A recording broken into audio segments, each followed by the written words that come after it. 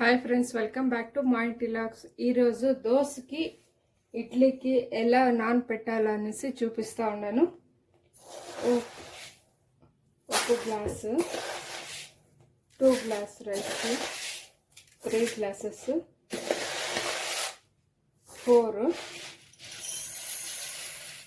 5 అనుకోండి.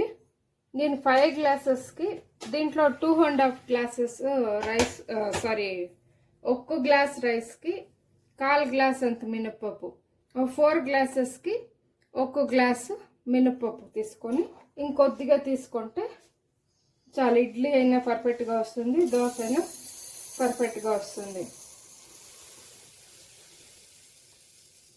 చూడండి, ఇది 4 గ్లాసెస్కి 1 గ్లాసు మినప్పప్పు, ఇంకొద్దిగా తీసుకుంటే చాలు, ఎక్కువ వద్దు. చాలా కొంచెము రైస్ అయినా వేసుకోవచ్చు.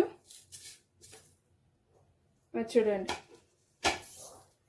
రైస్ అయినా వేసుకోవచ్చును, లేకపోతే అటుకులు అయినా వేసుకోవచ్చును. ఇప్పుడు ఇది బాగా వాష్ చేసుకొని వచ్చి మళ్ళీ చూపిస్తాను. చూడండి, ఇట్లా క్లీన్గా కడుక్కొని వాటర్ మనకి ఏ గలీజు లేకుండా నీట్గా ఇట్లా వైట్గా ఉండేలా కడుక్కుంటే ఒక 4 to 5 అవర్స్ నానితే చాలు.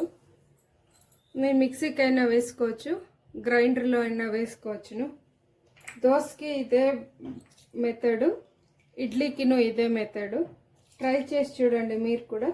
దీన్ని నేను ఇంకా ఈవినింగ్ మిక్సీకి అయినా వేసుకుంటాను, గ్రైండర్కి అయినా వేస్తాను. దీనికి ఇప్పుడు కొద్దిగా రైస్ యాడ్ చేసుకుంటే చాలా స్మూత్గా వస్తుంది.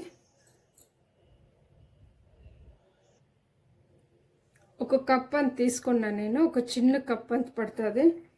ఇంతే అండి, నేను ఇంకేమి మిక్స్ చేయను. ఇంతే, ఇదే ఈవినింగ్ వరకు నానితే చాలా బాగా వస్తుంది, ఇడ్లీ అయినా కానీ దోశ అయినా కానీ. మీరు ఎవరైనా మేము ఇలాగే ట్రై చేసిండేది అన్నట్లుంటే కమెంట్స్లో పెట్టండి. నేనైతే ఇంతే మిక్స్ చేసేది, మీరు ట్రై చేసి చూడండి.